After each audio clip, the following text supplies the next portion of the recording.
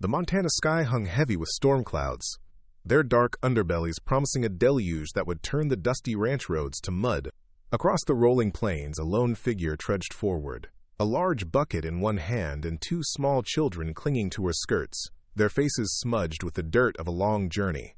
Before we jump back in, tell us where you're tuning in from, and if this story touches you, make sure you're subscribed, because tomorrow I've saved something extra special for you. Mason Crawford wiped sweat from his brow as he repaired the fence line at the edge of his property. At 35, his face was weathered by sun and hardship, eyes that had seen too much sorrow for one lifetime. 8 years alone on Redemption Ranch had taught him that silence was safer than hope, solitude more reliable than companionship. The drought had claimed half his cattle last year, and this season's prospects weren't looking much better.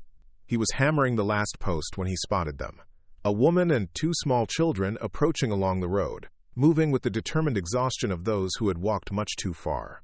The woman's once white blouse was stained with travel dust, her dark hair escaping a hasty braid. Most peculiar was the large metal bucket she carried, clutched protectively as though it contained treasure rather than. Mason squinted in disbelief. A duck? Heaven help me, he muttered, setting down his hammer. 8 miles to the nearest neighbor, 15 to town, and somehow this strange procession had found its way to his doorstep. He approached cautiously, not wanting to frighten them. The woman stopped when she saw him coming, positioning herself slightly in front of the children. Twin girls, he realized, perhaps 5 or 6 years old with identical honey-colored curls and wary eyes. Their clothes were clean but well worn, patched in places with careful stitches. "Ma'am," Mason touched the brim of his hat, "you're a fair piece from anywhere out here." The woman squared her shoulders, chin lifting with a dignity that belied her disheveled appearance. "We're headed to Silver Creek. The stagecoach broke an axle 5 miles back. Driver said this was the nearest place." Her voice carried the slightest tremor, though whether from exhaustion or fear, Mason couldn't tell. Up close, he could see that her eyes were the deep green of pine forests, striking against skin bronzed by the sun. Not a delicate city woman, but someone who had known work and weather. "Silver Creek's another 20 miles west," he said, glancing at the twins. One clutched a small cloth doll missing an arm, while the other held the hem of her mother's skirt, thumb firmly in her mouth. Both looked dead on their feet. "And there's a storm coming." As if to confirm his words, thunder rumbled in the distance. The woman's shoulders slumped slightly before she caught herself. "We'll manage," she said, though the bucket seemed to grow heavier in her grip. Inside, the duck quacked softly, webbed feet visible as they paddled in a few inches of water. Mason's gaze moved from the duck to the woman's face. A fading bruise shadowed her left cheekbone, poorly concealed beneath a layer of dust. Something in him shifted, memories of his own mother stirring like ghosts. "Name's Mason Crawford," he said finally. "This is Redemption Ranch." "Eleanor Reed," she replied after a moment's hesitation. "These are my daughters, Sophie and Lily." The twins pressed closer to their mother, regarding him with identical suspicious stares. Eleanor adjusted her grip on the bucket. "And this is Waddles." The duck responded to its name with an indignant quack, flapping its wings against the bucket's metal sides. "A duck," Mason said flatly. "He's very well behaved," Eleanor offered, a flicker of something almost like humor crossing her face, most of the time. Mason rubbed his jaw, considering the strange trio, and their even stranger companion. The sensible thing would be to point them toward the road, maybe offer some water for their journey. He'd learned the hard way that getting involved in other people's troubles only brought more to your doorstep. And yet, the first fat raindrops began to fall, pattering against the dusty earth. One of the twins, Sophie or Lily, he couldn't tell which, looked up at the darkening sky and whimpered softly. "You can wait out the storm in the barn," Mason heard himself say. "There's fresh hay in the loft." Relief washed over Eleanor's face, quickly replaced by wariness. "That's very kind, but we wouldn't want to impose." "It's not kindness, ma'am, just common sense. No one should be out in what's coming." As if to emphasize his point, lightning split the sky, followed by a crash of thunder that made the twins clutch at their mother's skirts. The duck flapped frantically in its bucket. Mason nodded toward the farmhouse and outbuildings visible in the near distance. My place is just over that rise. Eleanor hesitated, and Mason could see the calculation in her eyes, weighing the risk of a stranger against the certainty of the storm, measuring the exhaustion of her children against her pride. Preparing and narrating this story took us a lot of time, so if you are enjoying it, subscribe to our channel. It means a lot to us. Now back to the story. "Thank you," she said finally. "We're much obliged." They walked in silence toward the ranch, the twins finding new energy at the prospect of shelter. The rain began in earnest, large drops turning the dusty path to mud within minutes. By the time they reached the barn, all of them were soaked through, the duck alone seeming to enjoy the deluge as it paddled happily in its now full bucket. Mason pushed open the heavy doors, revealing the warm, hay-scented interior. It wasn't much, but it was dry and solid, built to withstand the fierce Montana winters. He pointed to the ladder leading to the hayloft. "You can settle up there. I'll bring some blankets from the house." Eleanor set down the bucket, massaging her cramped fingers. "You've done enough already, Mr. Crawford." "Mason," he corrected automatically. "And a few blankets won't bankrupt me, Mrs. Reed." "Miss," she said quietly. "It's Miss Reed." Something in her tone made him pause, but he simply nodded. "I'll be back shortly." Outside, the rain had become a sheet of water, turning the world gray. Mason sprinted to the main house, a sturdy two-story structure that had once housed a family of 6. Now its rooms echoed with emptiness, dust gathering in corners he never bothered to reach. He grabbed blankets from the cedar chest, a lantern, and some bread and cheese from the kitchen before racing back to the barn. When he returned, Eleanor was helping the twins climb the ladder to the loft, one cautious step at a time. The duck remained below in its bucket, watching the proceedings with apparent interest. "Brought some food," Mason said, setting down his burden. "Nothing fancy, but it'll hold you till morning." Eleanor turned, droplets of water still clinging to her eyelashes. "We can't thank you enough." Mason shrugged uncomfortably. "Storm should pass by morning. Stagecoach might be repaired by then, or I can take you into town if need be." One of the twins, the one without the doll, peered down from the loft. "Mama, Waddles can't climb the ladder." Eleanor sighed, looking at the duck with exasperation tinged with fondness. "I know, Lily. We'll have to bring him up." "That duck's going in the hayloft?" Mason asked incredulously. "He gets anxious when he's separated from the girls," Eleanor explained, a defensive note entering her voice. "He's been with us since." She trailed off, then straightened her shoulders. "He's family." Mason stared at her, taking in the stubborn set of her jaw, the protective stance, the way her hand automatically reached toward her children. A woman at the end of her rope, but still fighting. "Why Silver Creek?" he found himself asking. Eleanor's expression closed. "I have a position waiting. Housekeeper for Judge Franklin and his wife. Long way to travel for housekeeping. Some journeys are worth the distance," she replied, something hard entering her voice. Mason recognized the tone. It was the sound of doors closing, of walls being built. He'd used it often enough himself. "Well," he said, stepping back toward the door, "you should be comfortable enough here till morning." Eleanor nodded, already turning back to help the duck situation. "Thank you again, Mr. Crawford." "Mason," he corrected again, lingering despite himself. The duck quacked plaintively from its bucket as the twins called down encouragement. "Mama, sing the swimming song," one of the girls called. "Waddles likes the swimming song."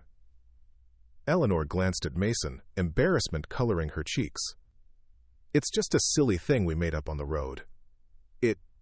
It keeps the girls entertained." Mason leaned against the doorframe, curious despite himself. "Does it work? For the duck, I mean." A small, genuine smile touched Eleanor's lips, transforming her face. "Sometimes. Waddles is a bit of a music critic. Now that I'd like to see." The words surprised them both. Mason hadn't meant to say them aloud, hadn't intended to show interest in this woman and her strange little family. Getting involved meant complications, and complications led to heartache. He'd learned that lesson through blood and tears. Eleanor studied him for a moment, then nodded toward the bucket. Well, there's only one way to find out if he's in a musical mood. She knelt beside the bucket, and after a moment's hesitation, began to sing. Her voice was clear and sweet, a simple melody about rivers and lakes and a little duck's adventures. The twins joined in from above, their high voices blending with their mother's in practiced harmony. To Mason's astonishment, the duck responded immediately.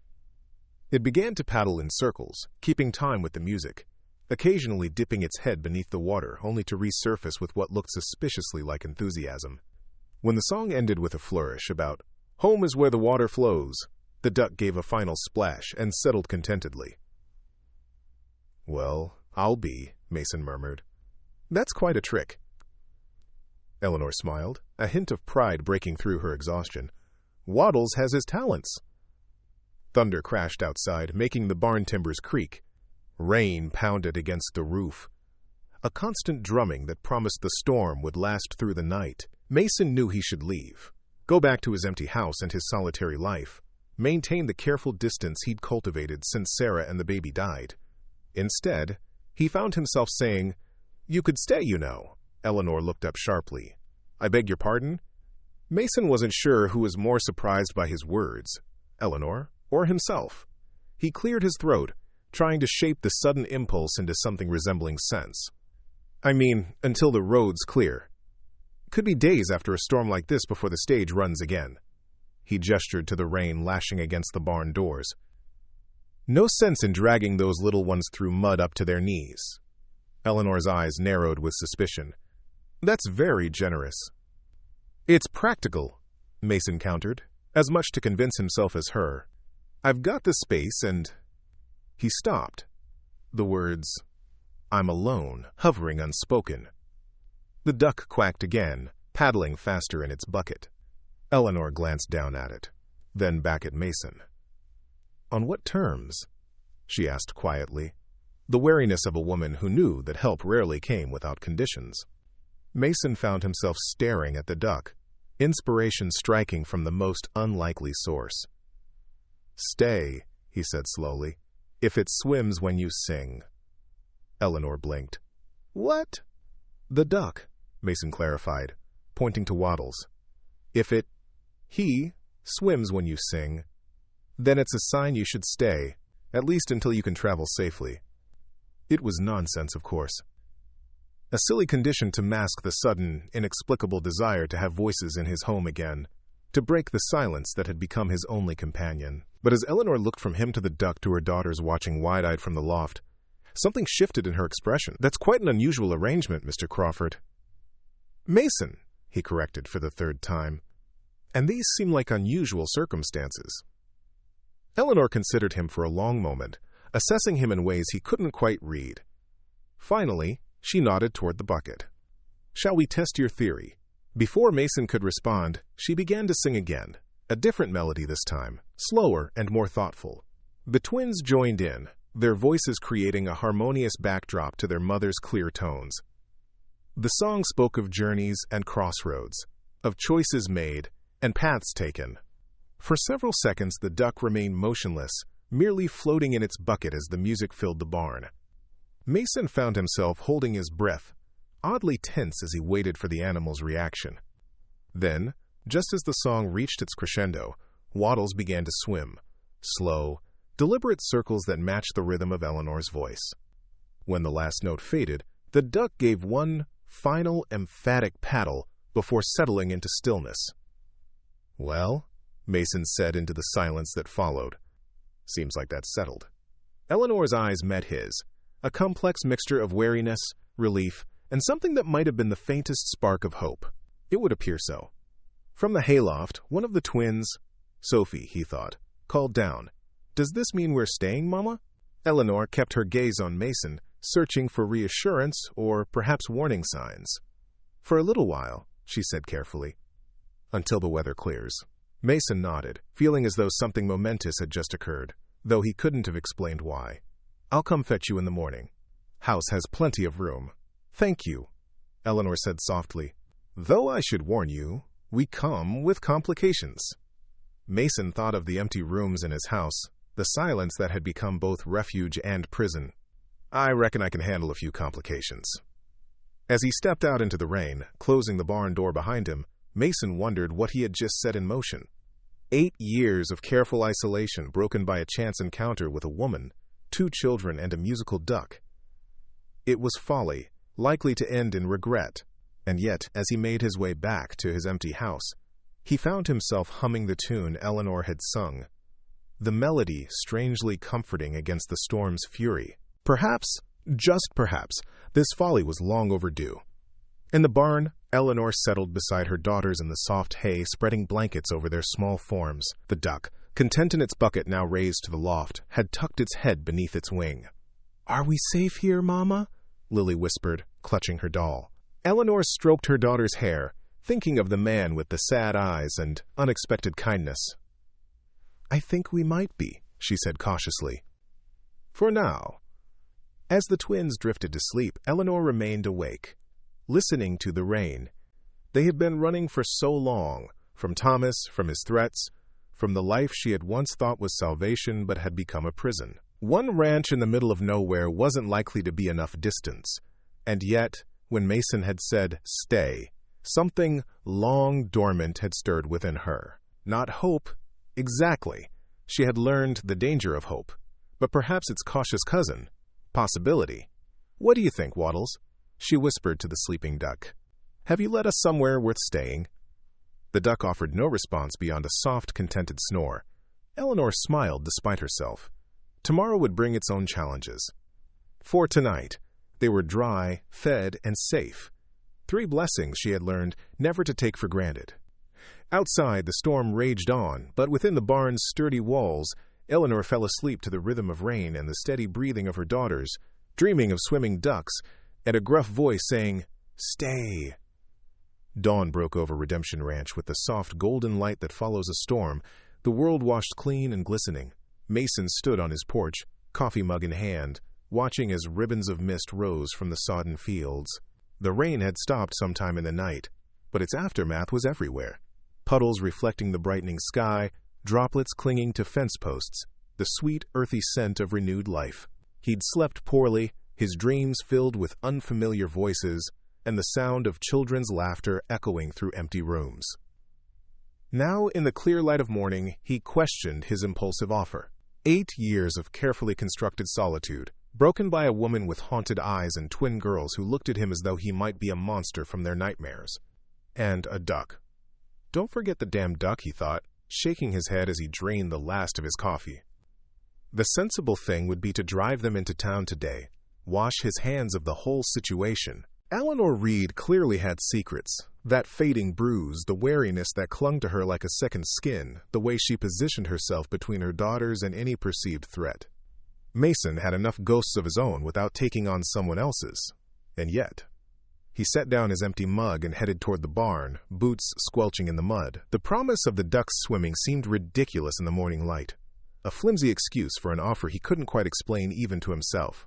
Maybe it was the echo of his mother's voice from long ago. "We help those in need, Mason. That's what makes us human." Or maybe it was just the prospect of voices filling the silence that had become both companion and tormentor. The barn door creaked as he pushed it open, sending shafts of morning light across the hay-strewn floor. "Miss Reed?" he called, not wanting to startle them. Eleanor's face appeared at the edge of the loft, her hair loose around her shoulders, transformed from dull brown to rich chestnut in the sunlight. "Good morning, Mr. Crawford." "Mason," he corrected automatically, wondering if they were doomed to repeat this exchange indefinitely. She smiled slightly, the first genuine smile he'd seen from her. "Mason," she conceded. "The girls are still sleeping." As if summoned by their mention, 2 tousled blonde heads appeared beside their mother, identical faces blinking owlishly down at him. "Good morning," they said in perfect unison, a feat Mason found mildly unsettling. "Morning," he replied, nodding awkwardly. Children had always been Sarah's domain, not his. "Thought you might want to move to the house. Get cleaned up. Have some proper breakfast." Eleanor hesitated, glancing at her daughters. "That's very kind, but—" A loud quack interrupted whatever objection she'd been about to raise. The duck, Waddles, had awakened and was peering over the edge of the loft with remarkable interest for a waterfowl. "I believe we've been outvoted," Eleanor said dryly. 20 minutes later, Mason found himself leading this strange procession toward his house. The twins skipped ahead, apparently recovered from yesterday's exhaustion, while Eleanor followed at a more measured pace, the duck's bucket swinging from her hand. The mud made walking difficult, especially for the girls in their small boots, but they navigated it with the practiced ease of children accustomed to adversity. Mason watched them from the corner of his eye, noting how Eleanor constantly tracked their movements, how her shoulders remained tense despite her apparent calm. The signs were familiar. His mother had carried herself the same way in the years after his father's drinking had turned mean. The house loomed before them, a two-story structure of weathered wood and stone that had once been the pride of the valley. Mason's grandfather had built it with dreams of a dynasty, enough room for generations of Crawfords to fill its halls with life. Now most of the rooms stood empty, furniture shrouded in dust covers like patient ghosts. "It's big," Sophie, or was it Lily, observed as they approached. "Too big for one man," Mason agreed, surprising himself with the admission. The other twins studied him solemnly. "Are you lonely?" "Lily," Eleanor admonished gently. "That's not polite." Mason met the child's direct gaze. "Sometimes," he answered honestly, "but I've got good company in the horses and cattle." Lily nodded, apparently satisfied. "Waddles is good company too. He listens to secrets." "Does he now?" Mason raised an eyebrow at the duck, which was eyeing him with what he could have sworn was assessment. "He only keeps the good ones," Sophie confided, skipping ahead to the porch steps. Inside, the house was clean but Spartan, revealing the habits of a man who lived alone and saw little need for comfort beyond the basics. The main room held a large stone fireplace, a worn leather sofa, and a few sturdy chairs. Bookshelves lined one wall, surprisingly well stocked with volumes whose spines showed the wear of frequent handling. Eleanor took it all in with a quick, assessing glance, the practical evaluation of a woman who had worked in other people's homes. "It's a fine house," she said politely. Mason shrugged. "It serves its purpose. Kitchen's through there, bedrooms upstairs, 4 of them, all with proper beds. You can take your pick." Eleanor set down the bucket, which had begun to slosh alarmingly as Waddles expressed his opinion of the accommodations. "Mr. Crawford, Mason, I appreciate your hospitality, but I don't want to mislead you. We'll only be staying until the roads are passable. I have obligations in Silver Creek." There was something in her tone that caught Mason's attention, a forced conviction, as though she were trying to convince herself as much as him. "Roads won't be fit for the stage for at least 3 days," he said, moving toward the kitchen. "Maybe longer, depending on how bad the washouts are. No sense worrying about it now. Coffee?" The kitchen was the heart of the house, warm and functional with a large cast-iron stove, a sturdy table that could seat 8, and windows that looked out over the eastern pastures. Mason busied himself with the coffee pot, aware of Eleanor and the twins hovering in the doorway. "Please, sit," he said, gesturing to the table. "There's oatmeal, eggs if you want them, probably some preserves in the pantry." "We don't want to impose," Eleanor began, but was interrupted by Sophie. "I'm hungry, Mama." "Real hungry." Eleanor's resistance crumbled in the face of her daughter's plea. "Perhaps just some oatmeal, then, and I'd be happy to help prepare it." Mason watched as she moved efficiently around his kitchen, finding bowls and spoons with the practiced ease of someone accustomed to working in unfamiliar spaces. The twins settled at the table, their feet dangling above the floor, while Waddles remained in his bucket near the door, apparently content to observe the proceedings. "You've been a housekeeper before," Mason observed, setting the coffee pot on the stove. Eleanor paused in measuring oats into a pot. "Yes," she said after a moment. "In Denver, for a banker and his wife. Before the girls were born." "And after?" She focused intently on stirring the oats. "I took in laundry mostly. Some mending. Whatever work could be done with 2 small children underfoot." Mason heard what she wasn't saying. The struggle of a single mother trying to support her family, the limited options, the constant precariousness of such an existence. He'd seen enough of the world to know how easily such situations could turn desperate. "The girl's father?" he asked quietly, keeping his voice casual as he reached for mugs. Eleanor's hand tightened around the wooden spoon. "Not in the picture," she said, her tone making it clear the subject was closed. Mason nodded, accepting the boundary. They worked in surprisingly comfortable silence, preparing a simple breakfast that somehow felt like the most significant meal Mason had eaten in years. As they ate, the twins gradually lost their wariness, peppering Mason with questions about the ranch, the animals, and whether he knew how to catch frogs. He did, a skill apparently worthy of great admiration. Eleanor remained more reserved, but the rigid tension in her shoulders eased slightly as the meal progressed. "Do you run this whole place by yourself?" she asked as she helped clear the dishes. Mason nodded. "Mostly. Hire extra hands during calving and roundup, but day to day, it's just me." "That seems like a great deal of work for one person."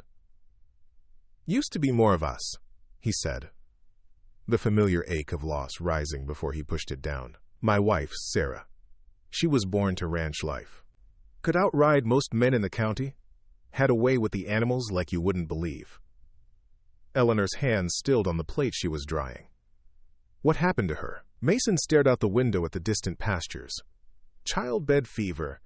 8 years ago this June. Her and the baby both." "I'm sorry," Eleanor said softly. "That's a terrible loss." The simple acknowledgement, free of the usual awkward platitudes, touched something in Mason. "Thank you," he said, meeting her eyes briefly before turning away. "Been a long time now.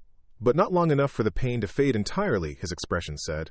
Eleanor seemed to understand, asking no more questions as they finished the dishes. Later, after Eleanor had taken the twins upstairs to wash and change into clean clothes from their small traveling bag, Mason found himself alone in the kitchen with Waddles. The duck watched him with unnerving interest as he wiped down the table. "Don't suppose you'd care to share what they're running from?" Mason asked the bird, feeling only slightly foolish for doing so. Waddles quacked once, definitive but unhelpful. "Didn't think so." Mason sighed, running a hand through his hair. "Well, whatever it is, it's left its mark on them." The sound of footsteps on the stairs announced the family's return. The twins appeared first, their faces scrubbed pink, hair neatly combed and braided. They wore simple calico dresses, faded but clean, and identical expressions of cautious excitement. Mr. Mason, one of them, Lily, he thought, the slightly more forthright of the pair, approached him. "Could we see the animals?" "Sophie wants to know if you have any baby cows."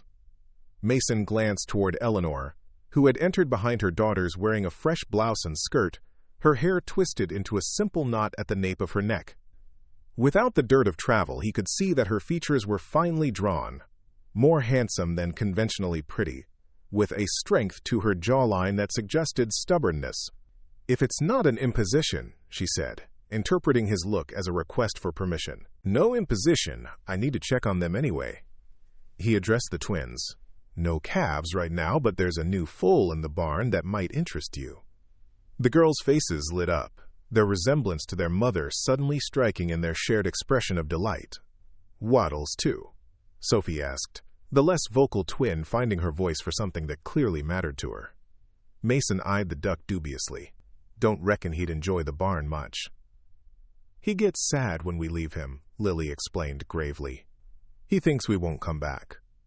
There was something in the simple statement that resonated deeper than the child could know, a fear of abandonment that Mason suspected came from experience rather than imagination. "Well, we can't have a sad duck," he conceded. "But he stays in the bucket around the horses. They spook easy." And so Mason found himself leading another procession, this time to the barn and corrals where his livelihood resided. The ranch wasn't large by Montana standards. 100 head of cattle, a dozen horses, some chickens, and a cantankerous goat that had belonged to Sarah and somehow survived all these years on spite and stolen laundry. The twins' enthusiasm was infectious as they discovered each animal, their identical faces alight with wonder. Even Eleanor seemed to relax, smiling genuinely as her daughters made friends with a patient old mare who stood quietly while they stroked her velvet nose. "They've never been around large animals before," she explained as she and Mason leaned against the corral fence watching the girls. City children, through and through. They're naturals, Mason observed as Sophie fearlessly offered an apple to the horse. Some people are born with a touch.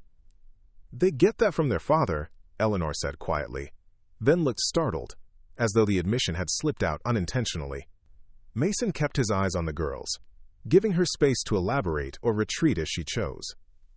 After a moment, she continued, her voice low. Thomas was a horse trainer when I met him. Had a way with him that seemed almost magical.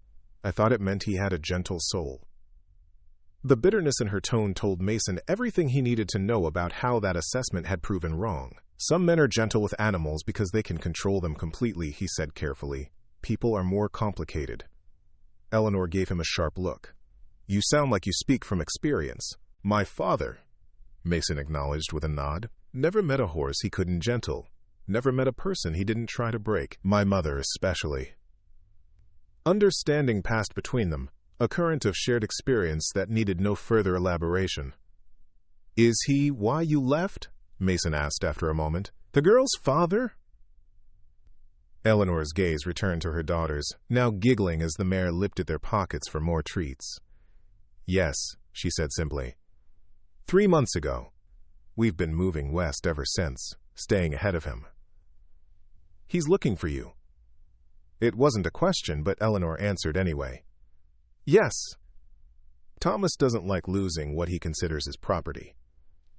Her hand moved unconsciously to the faded bruise on her cheekbone. And he's very determined. Mason felt a surge of anger on behalf of this woman he barely knew.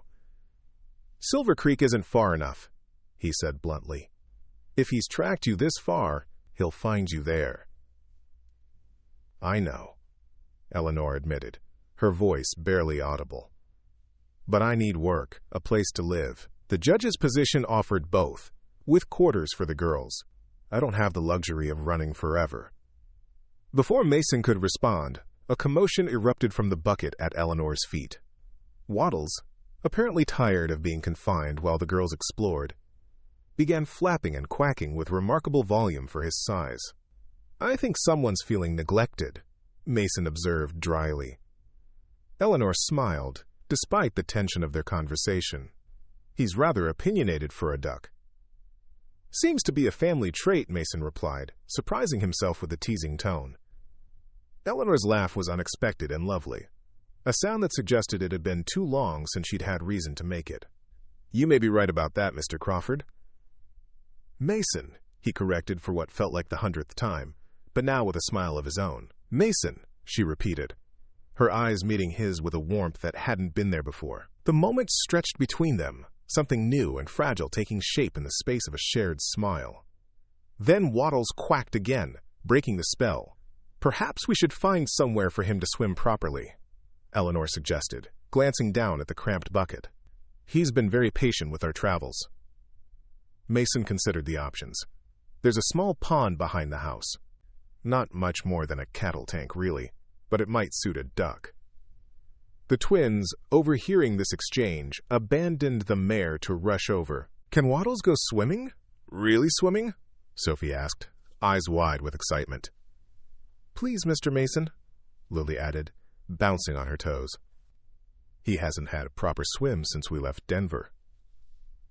Mason found himself nodding, somehow unable to disappoint these small, earnest faces. Just let me finish checking the stock, and we'll see about that pond. As he moved down the line of stalls, ensuring each animal had weathered the storm without incident, Mason reflected on the strange turn his solitary life had taken in less than a day. His house, silent for so long, now echoed with children's voices. His carefully ordered routine had been thoroughly disrupted, and oddly, he didn't mind as much as he would have expected. By midday, they had established Waddles in the small pond, which the duck took to with enthusiastic splashing that left the twins shrieking with delight from the shore. Mason had expected Eleanor to hover protectively, but she seemed content to sit on a nearby rock, watching her daughter's joy with a wistful expression. They haven't played like this in months, she said when Mason approached. Always looking over their shoulders, always ready to run. Children are resilient, Mason offered, settling beside her. They bounce back. They do, Eleanor agreed. But they shouldn't have to. They should have stability. Safety. Her hands twisted in her lap. I've failed them in that. You got them away from him, Mason said firmly. That's not failure. Eleanor looked at him gratefully, then turned back to watch as Lily demonstrated to her sister how to make wattles swim in circles by singing their special song. The duck performed obligingly, seeming to enjoy being the center of attention. He really does swim when you sing, Mason marveled. Thomas hated it. Eleanor said quietly. Said it was silly nonsense, that I was turning the girls into fools. He tried to get rid of Waddles once, told the girls he'd run away. But that duck came waddling back 2 days later, bedraggled but determined. Loyal, Mason observed. Yes. Eleanor's smile was tinged with sadness. Sometimes I think he protected the girls more than I did. He would raise such a fuss whenever Thomas was in one of his moods, drawing his attention away from them. From me, sometimes. Mason's heart ached at the thought of this small, unlikely family facing such darkness together. Seems to me you all protected each other, he said gently. That's what family does. Eleanor blinked rapidly, turning her face away. Yes, she whispered. I suppose that's true. They sat in companionable silence as the sun climbed higher, watching the twins and their duck create moments of joy in the simple pleasure of water and song. For now, at least, the shadows of the past seemed held at bay by the brightness of the present, a fragile peace that Mason found himself desperately wanting to preserve. 3 days slipped by at Redemption Ranch, each one easier than the last, as Eleanor and the twins settled into the rhythm of life there. The muddy roads began to dry under the summer sun, but neither Eleanor nor Mason mentioned the stagecoach or Silver Creek. It was as though they had reached an unspoken agreement to exist in this peaceful interlude, suspended between what had been and what would come. Eleanor woke before dawn on the 4th morning, a habit from years of rising early to complete her work before Thomas awoke. The house was quiet, the twins still sleeping soundly in the bedroom they shared across the hall. She dressed quickly in her work skirt and blouse, then padded downstairs, careful to avoid the 3rd step that creaked. To her surprise, a lamp already burned in the kitchen, where Mason sat at the table, ledger books spread before him. He looked up when she entered, his expression softening from concentration to something warmer. You're up early, he observed, closing the book. So are you. Eleanor moved to the stove, where coffee simmered. Mind if I pour a cup? Help yourself. Been up since 4. Calving season's coming. Need to get the finances straight. Eleanor brought her coffee to the table, glancing at the neat columns of figures. Is everything all right? You look concerned. Mason hesitated, then shrugged. Just the usual rancher's worries. Beef prices are down, feed costs are up, nothing new under the sun. But Eleanor had spent years reading Thomas's moods, learning to detect the nuances of tension in a man's voice. It's more than that, she said quietly. Mason met her eyes, seeming to debate whether to share his burden. Finally, he sighed. Bank loans coming due end of summer. Took it out after last year's drought, killed half my herd. Was counting on better prices this season to make it up. And now prices are down, Eleanor concluded. I'm sorry, Mason. That's a difficult position. He gave a half smile. Not your trouble to worry about. Perhaps not, she acknowledged. But I found troubles are lighter when shared. Something shifted in Mason's expression. Surprise, perhaps, at her willingness to shoulder part of his burden when she carried so many of her own. Thank you, he said simply. Then, changing the subject, any plans for today? Eleanor cupped her hands around the warm mug. The girls have been asking to explore the creek you mentioned. If that's all right with you. Course it is. Good fishing there, too. Could teach them, if they've a mind to learn. They'd love that, Eleanor said, smiling at the thought of her city-raised daughters trying to catch fish. They've taken to ranch life with remarkable enthusiasm. Kids adapt, Mason observed. And they've got a good teacher in their mother. The compliment warmed Eleanor more than she wanted to admit. I'm hardly an expert. Before this week, I'd never even collected eggs from a hen house. Could have fooled me, Mason replied, his tone light but his eyes serious. You've got a natural way about you, Eleanor. See what needs doing and do it without fuss. Eleanor looked down at her coffee, unexpectedly moved by his assessment. Thomas had never seen value in her practicality, only criticizing what she failed to accomplish. Mason's simple appreciation felt like water to parched soil. Speaking of which, she said, rising from the table, I should start breakfast before the girls wake up. They're always ravenous these days. Fresh air does that, Mason agreed, gathering his ledger books. I need to check the north pasture fence. Storm might have damaged it. But I'll be back by mid-morning to take you all to the creek. After he left, Eleanor moved around the kitchen with growing familiarity, preparing a heartier breakfast than they'd been able to afford in months. As she worked, she caught herself humming, the same tune she sang to make Waddles swim, but slower, almost like a lullaby. The realization stopped her mid-motion. Contentment. That was the unfamiliar feeling settling into her bones. For the first time in years, she wasn't bracing for a blow, wasn't calculating escape routes, wasn't tensing at every unexpected sound. Instead, she was making breakfast in a sun-drenched kitchen, her daughters sleeping safely upstairs, anticipating a day of simple pleasures. And at the center of this unexpected peace was Mason Crawford, a man who had offered shelter with no demands, who looked at her not as property to possess, but as a person worthy of respect. The thought both comforted and terrified her. Comfort was dangerous. Contentment led to complacency, and complacency had nearly cost her everything once before. She couldn't risk trusting so easily again, especially with her daughter's safety at stake. And yet, the clatter of small feet on the stairs interrupted her thoughts. Sophie appeared first, her blonde hair wild from sleep, followed closely by Lily, who clutched her one-armed doll.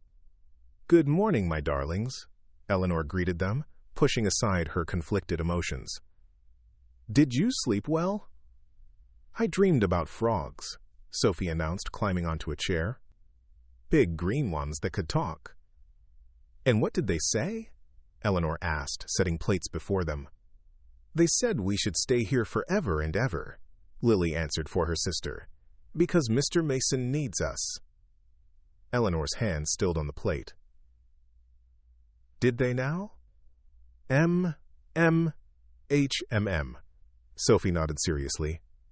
"They said his heart is broken into pieces like my doll's arm, and we need to help him fix it." "I see," Eleanor said carefully. "Well, frogs aren't always the most reliable sources of information.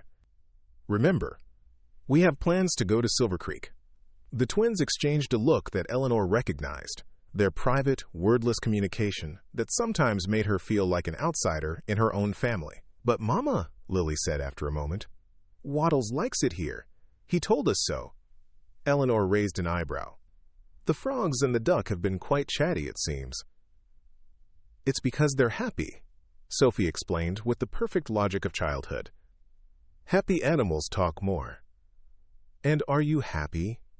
Eleanor asked softly. Both girls nodded without hesitation. "Mr. Mason said he'd teach us to fish today," Lily said. "And maybe ride a horse someday if we're careful." "He's nice," Sophie added. "Not like Papa. He doesn't yell or break things." Eleanor's heart contracted painfully. She sometimes forgot how much the girls had witnessed, how their small souls carried scars from years in Thomas's volatile presence. "No," she agreed quietly. "He doesn't." "So can we stay?" Lily pressed, hope shining in her eyes. "Please, Mama?" "Waddles wants to stay too." Eleanor knelt between their chairs, gathering both girls into her arms. "It's not that simple, my loves. Mr. Mason was kind to offer us shelter during the storm, but we can't impose on his generosity forever. And I need work to support us." "You could work here," Sophie suggested. "You already make breakfast and gather eggs and help with dinner." "That's different," Eleanor explained gently. "I do those things to earn our keep while we're guests, but Mr. Mason doesn't need a housekeeper. He's managed on his own for years." "He needs a family," Lily said with startling directness. "He told me so when you were hanging laundry yesterday." Eleanor blinked in surprise. "He said that? Those exact words?" Lily nodded solemnly. "He said his house was too quiet before we came, that it didn't feel like a home without voices in it." Something shifted in Eleanor's chest, a feeling too tender to examine closely. "Eat your breakfast," she said, rising to her feet. "If you want to go fishing, you'll need your strength." As the girls ate, chattering excitedly about their anticipated adventure, Eleanor moved to the window that overlooked the yard. Waddles was visible in his pond, contentedly paddling in the morning light. Beyond him stretched the ranch, rolling pastures dotted with cattle, the creek winding silver through cottonwoods, mountains rising blue in the distance. It was beautiful, peaceful, everything she had dreamed of giving her daughters when she had finally found the courage to flee Denver with nothing but a small valise of clothes and a duck in a bucket. But dreams were dangerous luxuries for women in her position. Reality meant securing her daughter's future, which required steady employment and a roof over their heads that couldn't be taken away on a man's whim, even a man as seemingly kind as Mason Crawford. By mid-morning, the day had warmed considerably, the Montana summer asserting itself after the recent storm. Mason returned as promised, bringing fishing poles he'd fashioned from saplings for the twins. "Nothing fancy," he apologized as the girls examined them with awe. "But they'll catch fish if you're patient." "They're perfect," Eleanor assured him, touched by the effort he'd made. "The girls have never been fishing before." "Then they're in for a treat," Mason said, his eyes crinkling at the corners when he smiled, a sight that Eleanor was coming to anticipate with alarming eagerness. They walked to the creek together, the twins running ahead with boundless energy while Mason and Eleanor followed at a more measured pace. Waddles accompanied them in his bucket, which Mason carried despite Eleanor's protests that she could manage. "Duck's heavier than he looks," Mason observed, peering down at Waddles, who seemed quite content with the arrangement. "Must be all that bread Lily's been sneaking him," Eleanor laughed. "She thinks I don't notice, but there's a trail of crumbs from the kitchen to that pond every morning." "She has a generous heart," Mason said. "Both of them do. Reminds me of Sarah that way. She couldn't bear to see anything hungry or hurting." It was the first time he'd mentioned his late wife in casual conversation, and Eleanor felt oddly privileged to be trusted with the memory. "She sounds like she was a remarkable woman," Eleanor said gently. Mason nodded, his expression softening with remembrance. "She was. Would have loved seeing children here again. Always talked about filling up those empty bedrooms someday." The simple statement carried such weight of loss that Eleanor found herself reaching out, her hand touching his arm briefly in silent understanding. Mason looked at her, something unreadable flickering in his eyes before he glanced away. "Creek's just beyond those trees," he said, changing the subject. "Best fishing holes where it widens before the bend." The creek proved to be a child's paradise, shallow enough for safe wading near the banks, but deep enough in the middle to harbor fish. Towering cottonwoods provided dappled shade, their leaves rustling in the gentle breeze. Wildflowers dotted the grassy banks, and dragonflies skimmed the water's surface. Mason showed remarkable patience teaching the twins to fish, demonstrating how to bait their hooks with worms he'd brought in a tin, how to cast without tangling their lines, how to wait quietly so as not to scare away their prey. Eleanor settled on a sun-warmed rock, Waddles contentedly swimming in the shallows nearby, and watched the scene with a fullness in her heart that bordered on pain. This was what childhood should be: sun and water, gentle guidance, the freedom to explore and learn without fear. "Mama, look!" Sophie's excited cry drew Eleanor's attention. The girl was struggling with her pole, which bent dramatically toward the water. "I think I caught something."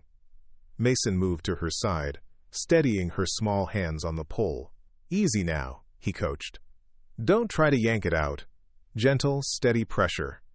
Together they reeled in a wriggling trout, perhaps 8 inches long. Sophie's face shone with astonishment and pride as Mason helped her lift it from the water. "I did it!" she breathed, staring at the fish with a mixture of awe and concern. "Does it hurt him?" "Not if we're quick and careful," Mason assured her, demonstrating how to remove the hook with minimal harm. "There now, back he goes." The fish darted away as soon as it touched the water, disappearing into the creek's depths. Sophie watched it go, then turned to Mason with shining eyes. "Thank you for teaching me, Mr. Mason." "My pleasure, Miss Sophie," he replied with a formal nod that made her giggle. "You're a natural fisherwoman."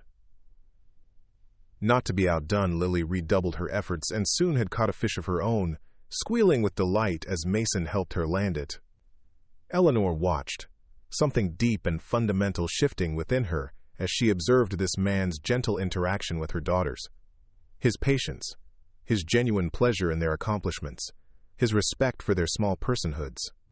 It contrasted so sharply with Thomas, who had alternated between ignoring the girls and terrorizing them with his unpredictable rages, who had seen their childish mistakes as personal affronts, their needs as inconvenient demands, their very existence as an obligation rather than a joy.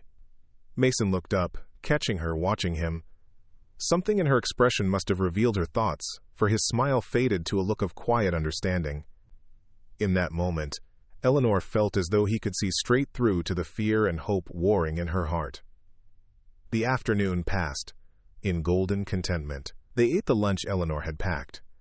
Bread and cheese, apples from Mason's cellar, cookies the twins had helped bake the day before.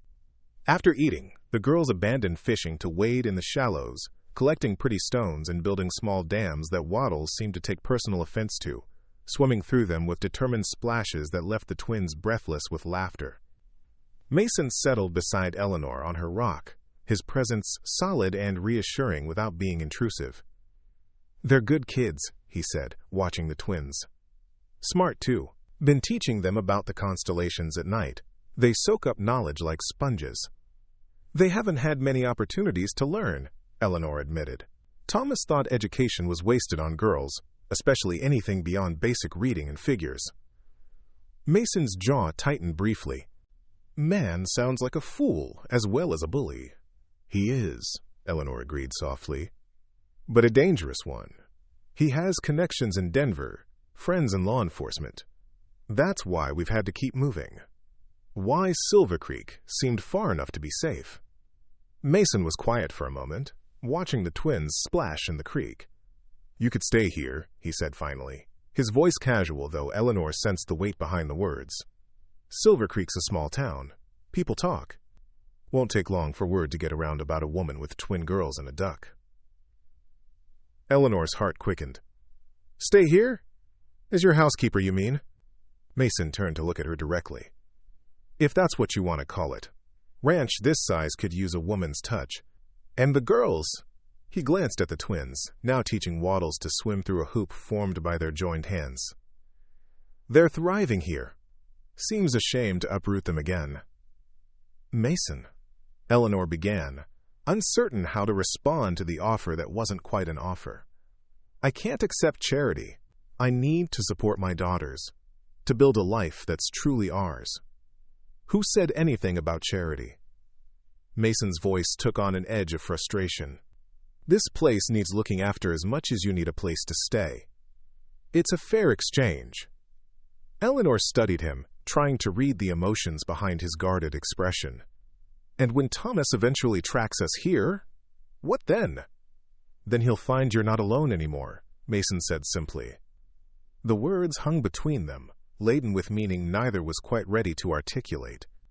Eleanor looked away first, watching her daughters as they played in the golden afternoon light, their faces alight with a joy she had feared they might never know again. "I need time to think," she said finally. "This isn't just about me." Mason nodded, accepting her need for space. "Take all the time you need. We're not going anywhere." The simple statement, with its quiet assurance of stability, moved Eleanor more than grand declarations ever could. How long had it been since anyone had offered her time and space to make her own decisions?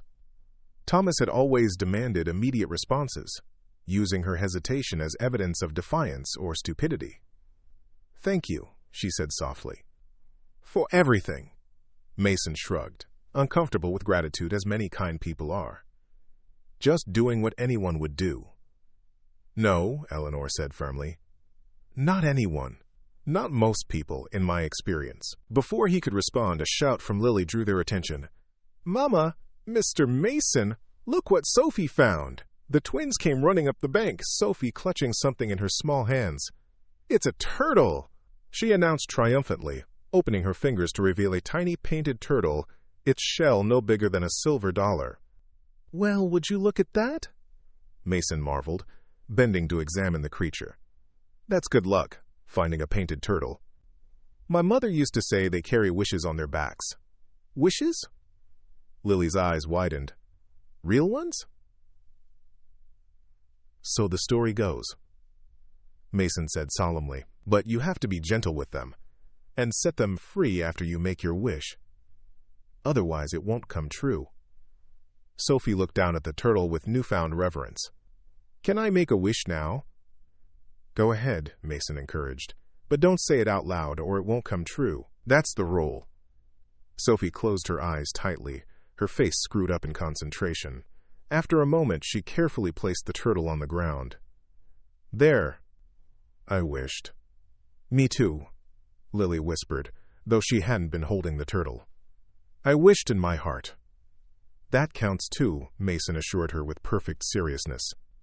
The turtle righted itself and began a determined march back toward the creek. The twins watched it go with expressions of solemn hope that made Eleanor's throat tighten with emotion. "What do you think they wished for?" Mason asked quietly as the girls returned to their play. Eleanor watched her daughters, their small figures silhouetted against the sparkling water. "Safety," she said softly. "Home.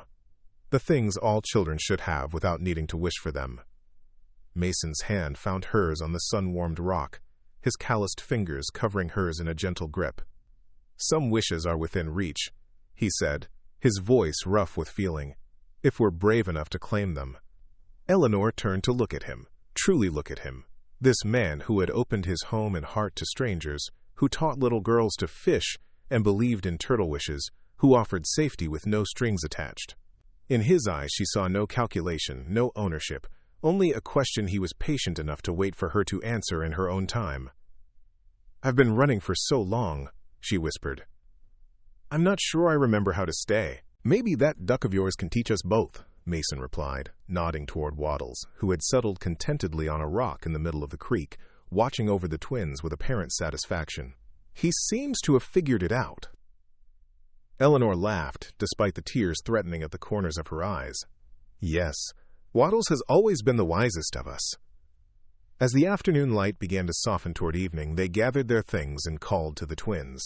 The walk back to the ranch was quieter, the girls tired from their day of adventure, Waddles dozing in his bucket. But it was a contented quiet, the kind that settles between people who have no need to fill silence with words. Eleanor felt something unfurling in her chest. Not quite decision, not yet, but the recognition of possibility. Perhaps staying wasn't simply another form of running, but a deliberate choice to plant roots in soil that promised growth rather than withering. As the house came into view, glowing golden in the late afternoon light, Eleanor found herself slowing her steps, prolonging the moment. Mason matched her pace, their shoulders occasionally brushing in a contact that felt both casual and significant. "Thank you for today," she said softly. "The girls will remember it always." "Plenty more days like it if you want them," Mason replied, his voice equally quiet. "Redemption Ranch has been waiting a long time for laughter to come back to it." Eleanor glanced at him, catching the vulnerability beneath the offer. "Have you?" she asked, surprising herself with her boldness. "Been waiting?" Mason met her gaze, the setting sun illuminating the lines of his face, the quiet strength in his eyes. "Without even knowing it," he admitted, "until a woman with twins and a duck in a bucket walked up my road." The simple honesty of his answer moved her deeply. Before she could respond, Sophie called from ahead, "Mama, hurry up! Waddles is hungry, and so am I." "Coming, darling," Eleanor called back, reluctantly breaking the moment. As they walked the remaining distance to the house, Eleanor felt as though she stood at a crossroads. Behind her, the long road of fear and flight. Before her, an uncertain future that somehow, against all odds, glimmered with promise. And beside her walked a man who asked for nothing but offered everything she and her daughters had been seeking: safety, respect, and the chance to build something lasting from the broken pieces of their past. The choice, for the first time in years, was truly hers to make. Up next, you've got two more standout stories right on your screen. If this one hit the mark, you won't want to pass these up. Just click and check them out. And don't forget to subscribe and turn on the notification bell so you don't miss any upload from us.